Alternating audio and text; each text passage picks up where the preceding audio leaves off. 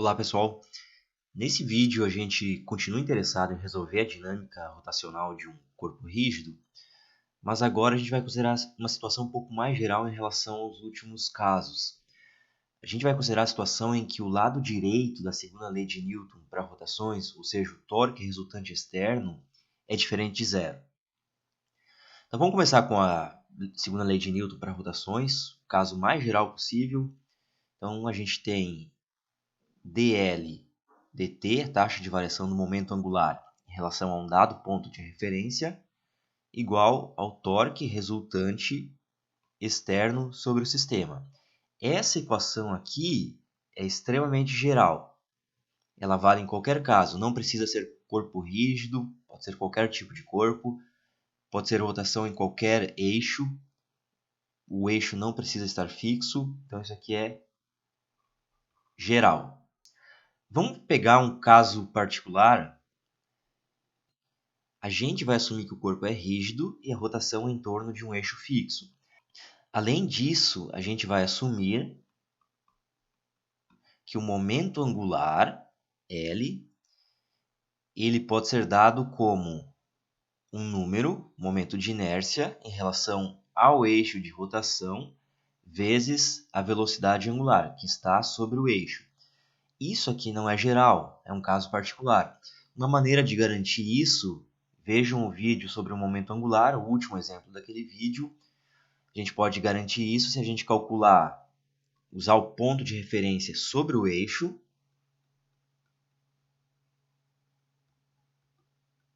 eixo de rotação, né? E se o corpo tiver uma distribuição simétrica em torno do eixo. Então, a distribuição de massa simétrica em torno do eixo.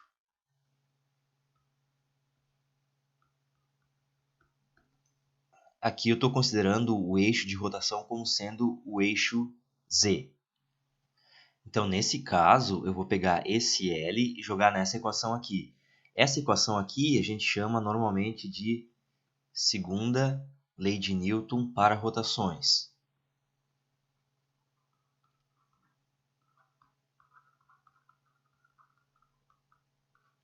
Então, pegando esse L nessa hipótese, jogando aqui, vou derivar em relação ao tempo o I vezes ômega.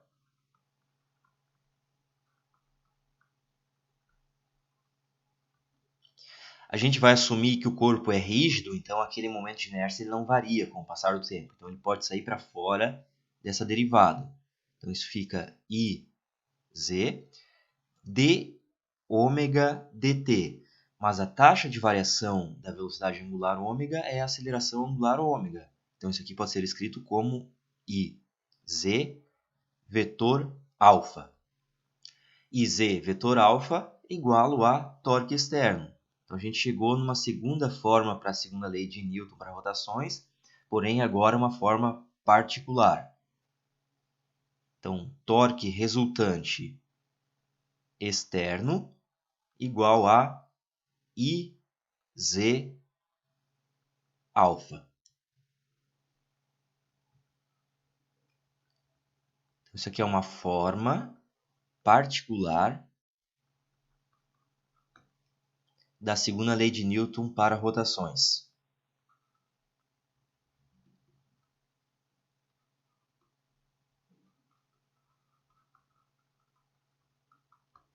Nesse caso particular, que a gente tem um eixo fixo, corpo rígido, o momento angular escrito dessa maneira aqui, a gente ainda pode, a gente nota ainda que tudo está no eixo Z, no eixo de rotação. Então isso aqui é torque vezes versor K. Isso aqui é IZ alfa vezes versor K. Então eu posso esquecer desse versor, posso escrever assim também. Torque externo resultante igual a IZ alfa. Tudo no eixo Z. Notem que esse momento angular que eu calculei aqui, ele é em relação a qualquer ponto sobre o eixo de rotação. Tem dúvida aqui? Assistam novamente o vídeo sobre momento angular, o último exemplo. Vamos fazer um exemplo para clarear as ideias. Então, nesse exemplo, a gente tem uma polia, que é um disco homogêneo, de raio Rzão e massa Mzão, dois bloquinhos de massas M1 e M2, e esses blocos estão acoplados através de um fio ideal. E o fio ideal passa pela polia. Fio ideal significa um fio de massa desprezível, inextensível, ou seja, não encolhe, não estica, e que não derrapa ou não desliza sobre a polia. Também não há atrito da polia com o seu eixo. A pergunta é: qual o vetor aceleração angular da polia? Então, eu quero encontrar o vetor alfa da polia. Esse tipo de problema, a gente vai usar essa equação aqui para resolver, ele é basicamente um algoritmo. Se você seguir esse algoritmo na resolução desse problema, a chance de errar é reduzida drasticamente. Então, vamos tentar resolver esse tipo de problema sempre de uma maneira sistemática. Então, qual é o sistema?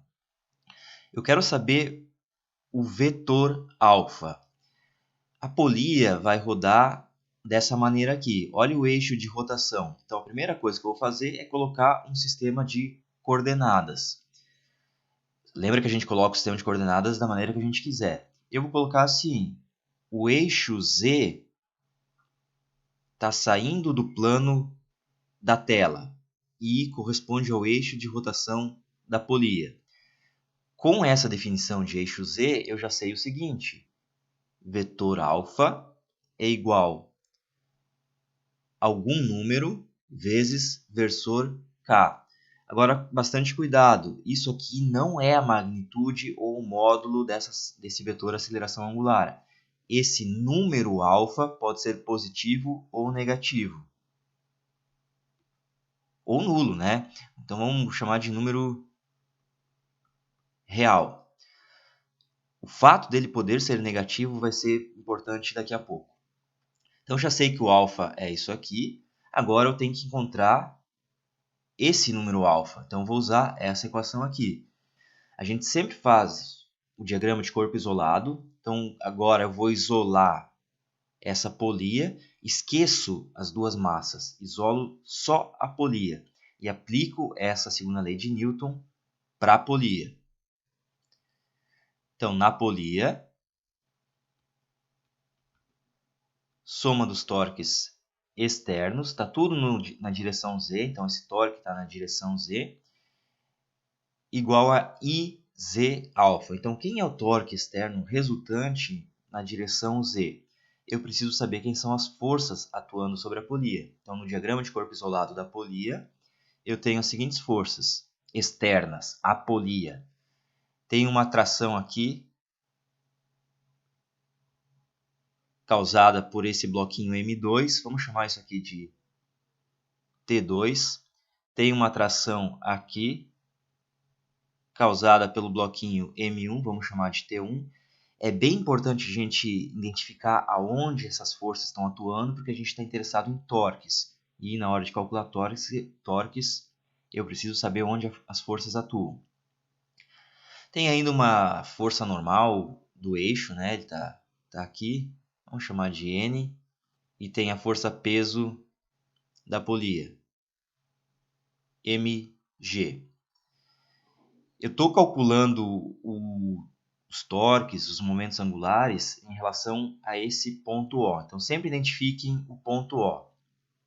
Então, polia em relação a O. Quem é O? Esse ponto aqui, no centro da polia. Eu escolhi, tá? Então, torque externo. Essa força mg e essa força N não realizam um torque externo. Elas estão atuando exatamente no ponto O. O braço de alavanca delas é nulo. Então, elas não contribuem. Força T1. Essa realiza torque.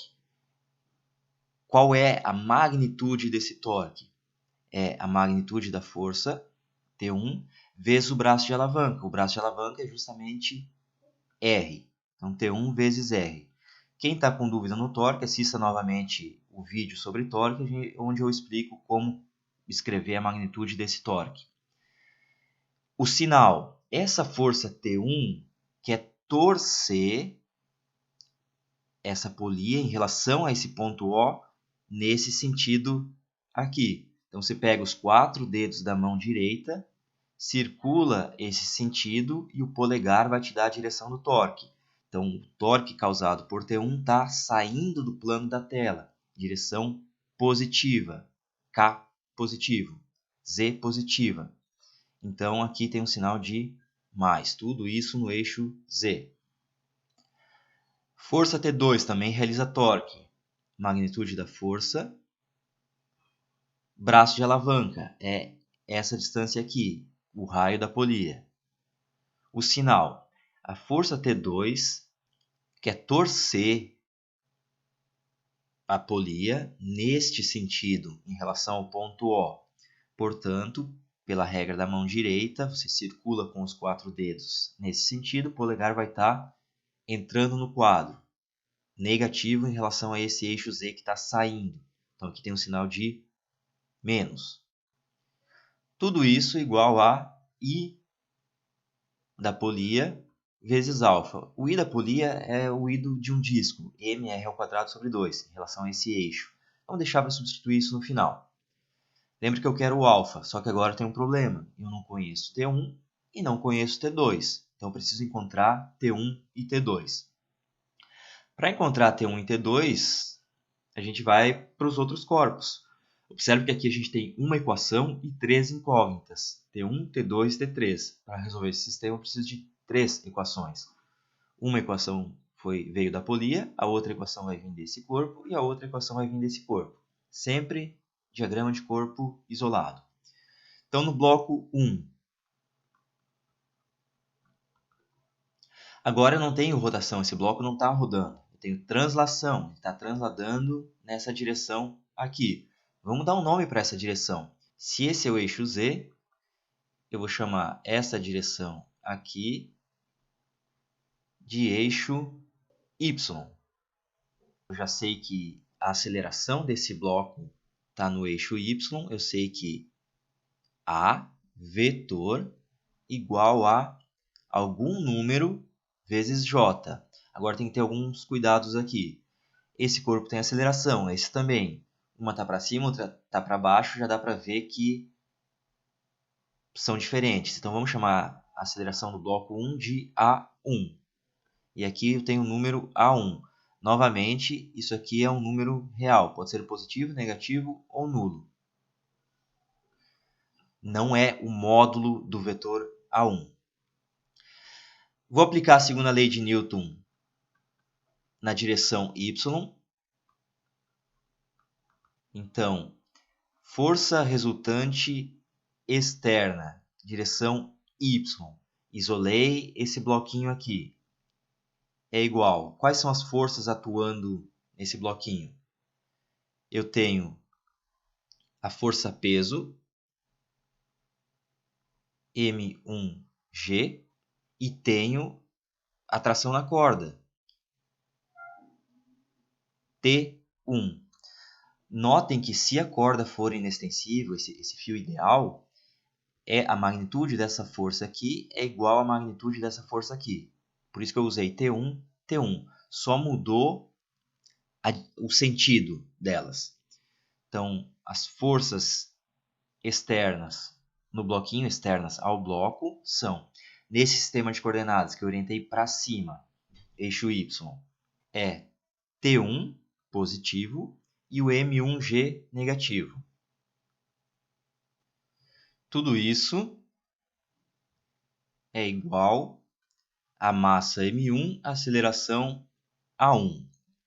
Dessa equação eu tenho T1 igual a, passei o M1G para o outro lado, M1 A1 mais G.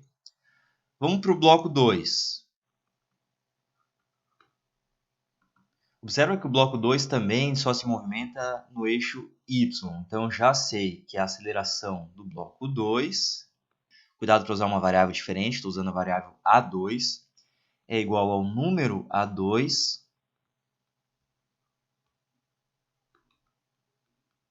vezes a direção J.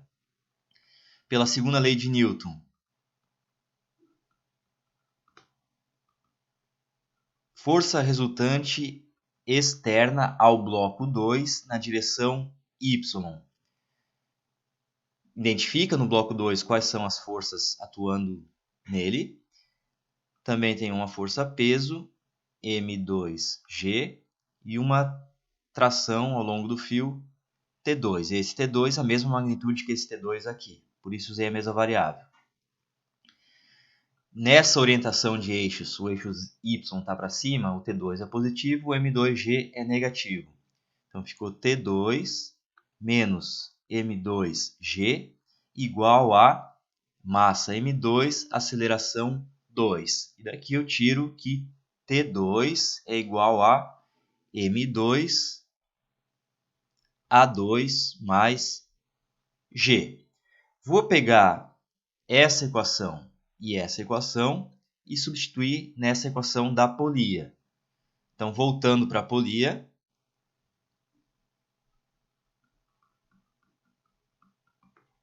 eu fiquei com T1R. Então, isso aqui vezes R menos T2R. Ou seja, M1A1 mais G vezes R menos M2A2 mais G vezes R. Tudo isso igual a I alfa. Tem uma equação, só que agora eu tenho como variáveis desconhecidas o alfa, o A2 e o A1. Eu quero o alfa. Eu consigo escrever A1 e A2 em termos de alfa. Então vamos voltar para o desenho. Vamos pegar esse aqui. Esse corpo 1 tem aceleração A1. O A1 está ao longo do eixo Y. Observem que, vamos olhar só para a magnitude, para o módulo. Observe que o módulo dessa aceleração A1 do bloco é igual ao módulo da aceleração que esse ponto da corda tem, porque a corda não estica ou encolhe. E, como a corda não derrapa sobre o disco, o módulo da aceleração desse ponto da corda que está em contato com o disco é igual ao módulo da aceleração na borda do disco, o A na borda do disco. E a gente viu no vídeo sobre variáveis cinemáticas da rotação que o módulo da aceleração na borda do disco é igual ao raio do disco vezes o módulo da aceleração angular do disco. Lá a gente não estava interessado em vetores, só tinha o eixo Z, a gente estava com rotações no plano. E a gente considerou apenas um módulo quando a gente escreveu essa equação aqui. Aqui a gente tem que ter um pouquinho de cuidado.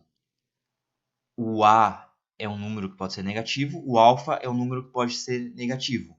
Mas em módulo eles satisfazem essa relação aqui. Então, portanto, módulo de A1, tirei o vetor agora, igual a R módulo de alfa. Então, se essa relação aqui é verdade em módulo, a gente pode escrever ela assim também. A igual a mais ou menos R alfa, onde agora esse A pode ser positivo ou negativo, esse alfa pode ser positivo ou negativo. Vamos descobrir qual o sinal que a gente tem para o caso do bloco 1. Vamos supor que o bloco 1 esteja indo para baixo. Se ele vai para baixo e ele desce acelerado, a aceleração A1 é negativa, porque eu orientei o eixo para cima. Então, estou supondo, né, pessoal?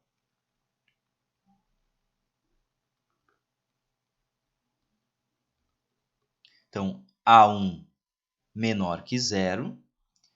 Se o bloco está indo para baixo, a polia está rodando neste sentido, anti-horário. Pela regra da mão direita, o polegar está saindo do plano da tela, está ao longo do eixo Z. Então, o alfa da polia é positivo. Agora eu tenho esse termo negativo, esse termo positivo, esse termo positivo. Então, o sinal que tem que aparecer entre eles é um sinal de menos. Então, A1 igual a menos R alfa. Façam isso agora supondo que o o bloco 1 está indo para cima. Vai inverter este sinal, vai inverter este sinal, mas essa relação continua sendo verdadeira. Essa aqui é uma relação cinemática, não vai mudar. Mesma coisa para o bloco 2.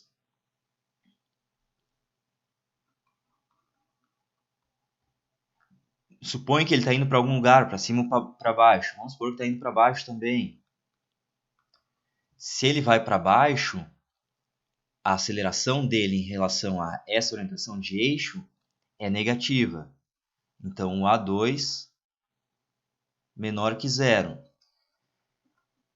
A2 menor que zero, a polia vai girar assim, está puxando a polia.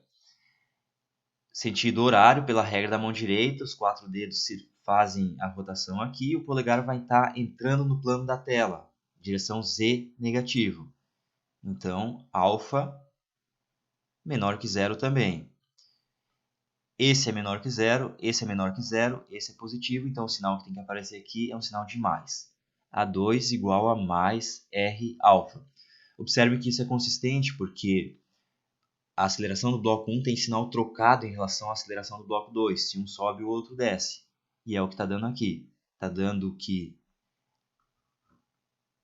A1 é igual a menos A2. Certo? Peguem esses resultados em vermelho. Substituam aqui, nesse A1 e nesse A2. A gente vai ficar com... Vamos juntar M1GR com M2GR. Aqui tem um sinal de menos. Então, ficou M1 menos M2 GR. Aí M1 A1. E o A1 eu estou escrevendo como menos R alfa. Então, menos M1 R alfa. Menos M2 A2. E vezes...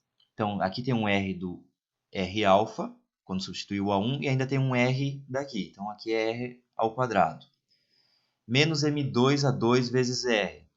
Vou substituir o A2 aqui. Aqui tem um sinal de mais, então continua sendo um sinal de menos. M2 tem um R daqui e um R daqui.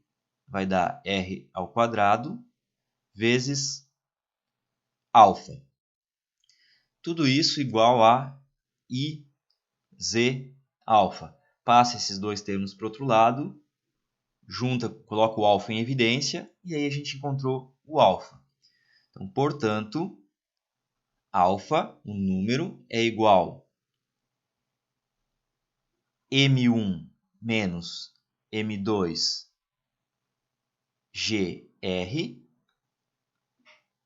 sobre M1 mais M2, tudo isso vezes R ao quadrado, mais IZ. Vamos abrir já esse IZ, é a massa da polia, R ao quadrado sobre 2. Vamos só simplificar um pouco isso. Multiplico tudo por 2 e divido em cima e embaixo por R. Então, isso vai me dar 2M1 menos M2 vezes G sobre 2M1 mais M2 mais Mzão. Esse aqui é o nosso alfa. Se eu quiser o vetor alfa, lembra que comecei o problema assumindo que escrevendo o vetor alfa como número alfa vezes k. Portanto, o vetor alfa é esse número vezes k. Essa aqui é a resposta do problema. Um erro muito comum é pegar algum sinal de menos aqui no denominador. Se surgir algum sinal de menos aqui, vocês já podem ver imediatamente que está errado. Por quê?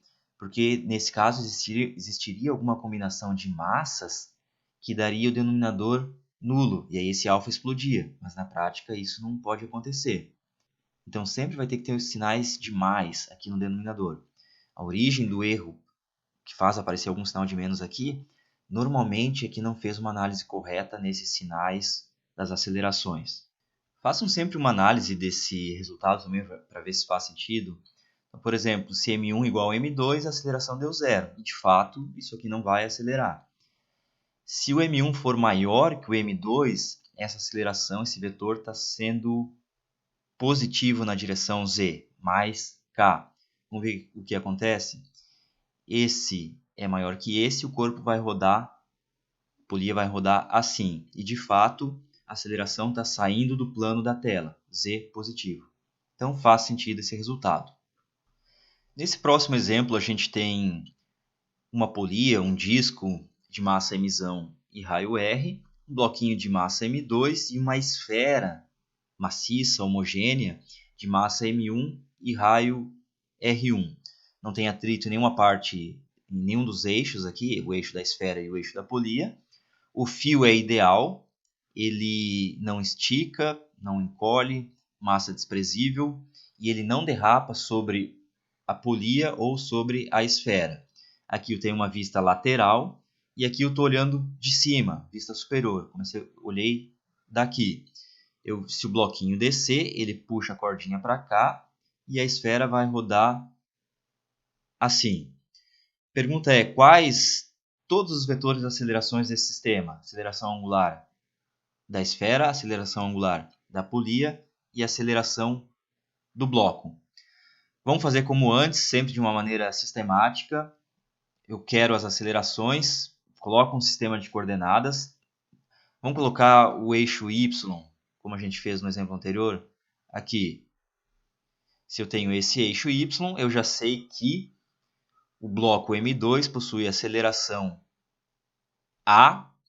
Aqui só vai ter uma aceleração A, então não preciso usar o índice 2. Então, a aceleração A é igual ao número A, que pode ser positivo ou negativo, vezes J. Vamos colocar o eixo Z saindo do plano da tela. O eixo Z está aqui. Então, o alfa é igual ao número alfa vezes K. E esse número pode ser positivo ou negativo. Esse caso em particular, a gente já sabe que vai ser negativo.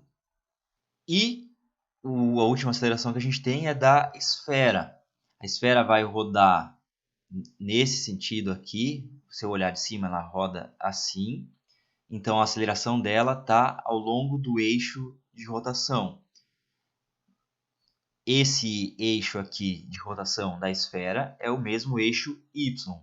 Então, eu já sei que alfa da esfera, vamos chamar de alfa 1 para diferenciar deste, é igual a algum número alfa 1 vezes J.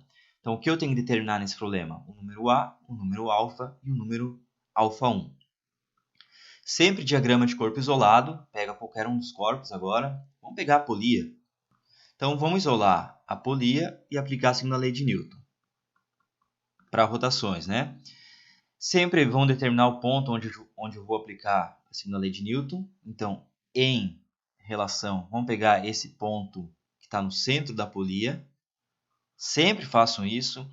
Em relação a O, torque externo eixo Z igual a I vezes alfa. Tudo isso aqui está no eixo Z. Quem realiza torque externo? Eu tenho uma força peso atuando em O, não tem braço de alavanca, não tem torque. Tenho a força de reação do eixo sobre a polia, atuando em O, também não tem braço de alavanca, não tem torque. Então só vai sobrar essa força de tração aqui, vamos chamar de T2, e essa força de tração aqui, que vamos chamar de T1. Mesmo comentário que eu fiz no exemplo anterior, sempre cuidado no ponto onde a força atua. A força T1, ela possui braço de alavanca R, o raio da polia. Então aqui apareceu o torque T1 vezes R. O sinal, essa força T1 quer torcer o sistema em relação ao ponto O, nesse sentido aqui. Pela regra da mão direita, os 4 dedos circulam aqui, o polegar saindo da tela ao longo de Z, então positivo. O torque gerado por T2, magnitude da força, braço de alavanca, que é R. essa força T2 quer torcer a polia assim, em relação ao ponto O. Então, o torque está entrando no plano da tela negativo. Tudo isso igual a I. I é o I da polia. Então, I vezes alfa. Quero o alfa. Preciso de T1 e T2. Vamos para um outro corpo. Vamos para o bloco. Então, esse bloco não está rodando, só está transladando no eixo Y. Novamente, segundo a lei de Newton, força resultante externa em Y é igual. Eu tenho a força peso do bloco, M2G, e tenho essa tração T2. Esses dois têm a mesma magnitude, o fio é ideal. Então, aqui ficou...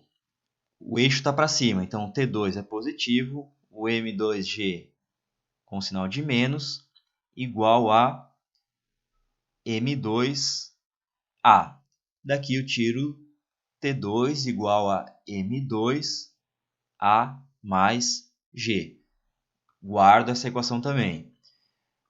Vamos para o último corpo, isolo ele, é a esfera.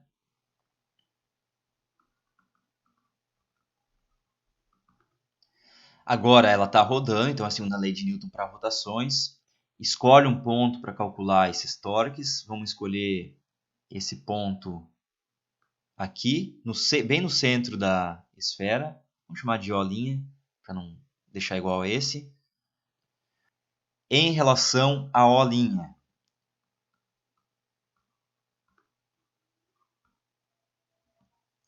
Torques externos. Agora, todos os torques, quanto à aceleração angular da esfera, está ao longo desse eixo Y. Lembra que o eixo Y está aqui, saindo da tela nessa figura aqui. E nessa ele está para cima. Ficou em dúvida em qual a direção do torque? Como que a força, a tração da corda está puxando, está torcendo o sistema? Se a força está aqui, vamos chamar isso aqui de T1, ela quer torcer essa esfera nesse sentido. Regra da mão direita, o polegar está saindo do plano da tela, direção Y positivo. Então, isso aqui vai me dar torque externo na direção Y é igual. Então, só tenho o torque associado a essa força T1. Está aqui. A magnitude da força é T1, o braço de alavanca é o raio R1, raio da esfera. T1, R1. E o sinal?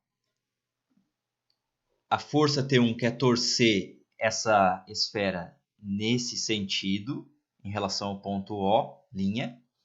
Portanto, pela regra da mão direita, o polegar está saindo do plano da tela nessa figura, então o torque está na direção Y positivo. Nessa outra figura, o torque está para cima, Y positivo. Então aqui é sinal de mais. Tudo isso, só tem essa força externa, então tudo isso igual a I da esfera, que eu estou chamando de I1, vezes o alfa da esfera, alfa 1. Pego agora tudo esse resultado e jogo aqui. Isolo o T2 e o T1. Então, voltando para a polia. T1R. T1 é I1 alfa 1 sobre R1. I1 alfa 1 sobre R1 vezes esse R aqui. Menos T2R. Vou pegar isso aqui, que é o T2, multiplicar por R. M2A mais G vezes R. Tudo isso igual a I alfa. Agora é só manipular um pouquinho isso aqui, né? Lembra de escrever... Ou você escreve tudo em termos de alfa, ou tudo em termos de alfa 1, ou tudo em termos de A. Tanto faz. Então, eu preciso escrever, usar aquelas relações cinemáticas. Lembra que a gente tem as relações desse tipo aqui. A é igual a mais ou menos R alfa. Vamos escrever tudo isso aqui em termos de alfa. Então, tem que eliminar o A e eliminar o A1. Quem é A em termos de alfa? Vale isso aqui, isso em geral, né? No nosso caso,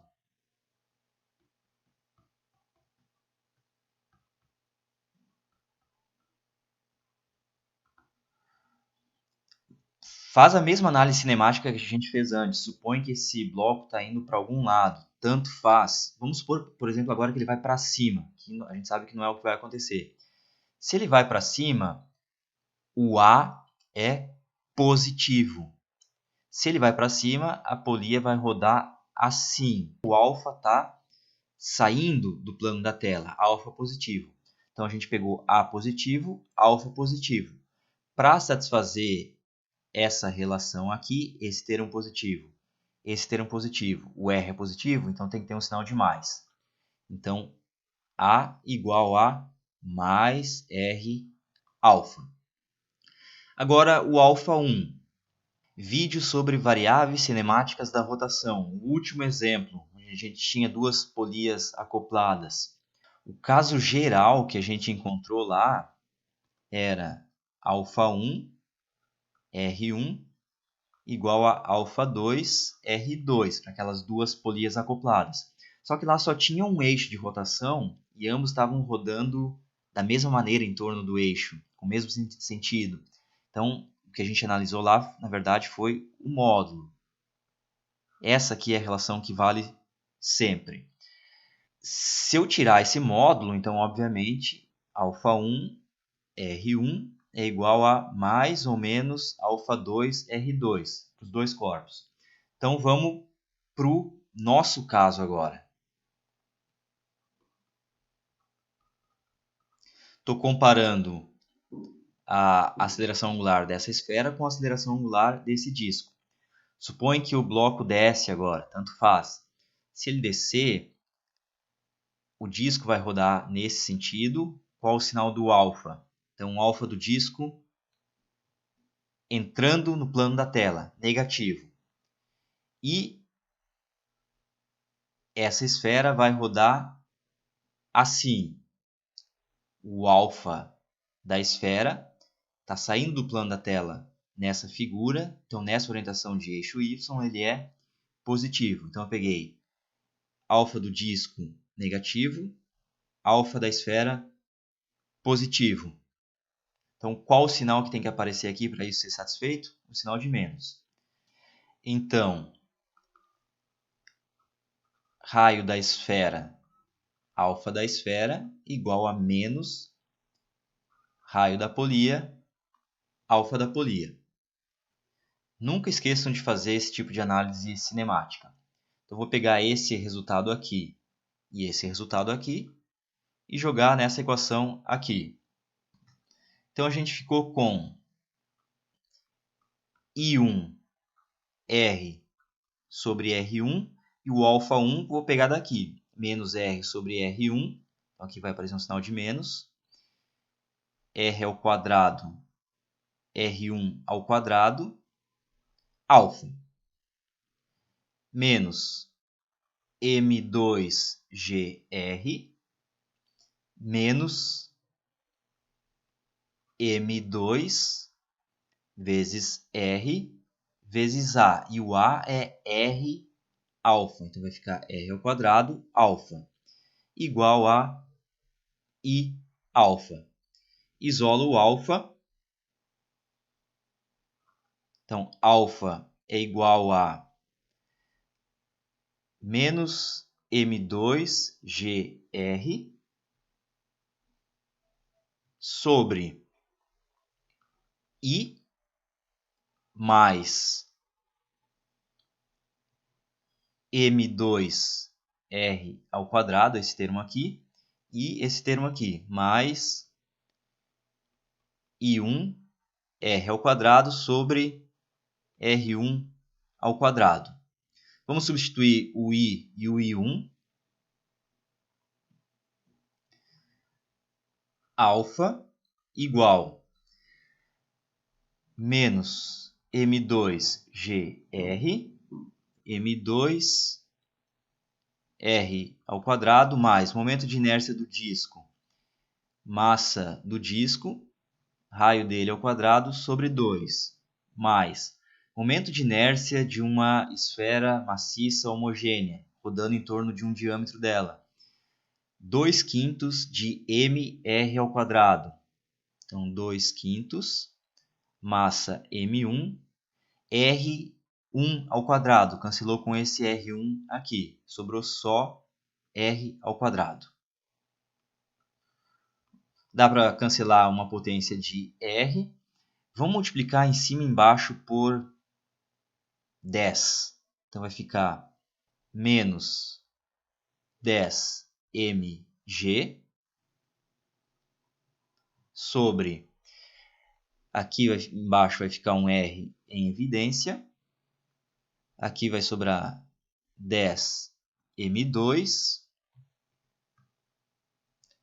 mais 5 Mzão mais 4 M1. Se eu quiser o vetor alfa, a gente escreveu lá no comecinho, vetor alfa é o número alfa vezes k, então é só pegar isso aqui e multiplicar por k. Então, menos 10 mg sobre r 10 m2 mais 5 mzão mais 4 m1 vezes k. Se eu quiser agora o α1, então α1 é o número α1 vezes j. α1 vetor é igual a α1j, e o α1 eu tenho aqui, α1 é menos r sobre r1 vezes alfa. Então, eu vou pegar esse número aqui, vou multiplicar por menos r sobre r1. Então, esse menos vai embora, o r vai embora e vai aparecer um r1 aqui embaixo. Então, α1, 10 mg vezes j sobre r1, 10 m2. Aqui é m2, né, do bloco. Aqui também. Então, sobre 10 m2 mais 5 mzão mais 4 m1. E o último que a gente quer é o a, vetor. A gente escreveu o vetor a como o número a vezes j. Então, a, j. E o número a eu posso pegar daqui. O a é r vezes alfa. Então, eu vou pegar esse número e multiplicar por r. Então, vai ficar menos 10 m2g. Quando eu multiplicar por r, esse r vai embora. J sobre 10 m2 mais 5 m mais 4 m1. Vê lá na figura se esse sinal faz sentido. Todos os números aqui são positivos, então isso aqui está me dizendo que o A está para baixo. E é o que de fato vai acontecer, né? Esse bloquinho vai descer. Esse resultado está me dizendo que o alfa está na direção J positivo para cima. É o que vai acontecer, vai puxar aqui, vai rodar assim com mais Y. Então, o alfa da esfera está na direção mais Y. E está dizendo que o alfa da polia está na direção menos K. A polia vai rodar assim, o alfa está entrando no plano da tela, menos K. Então, faz sentido.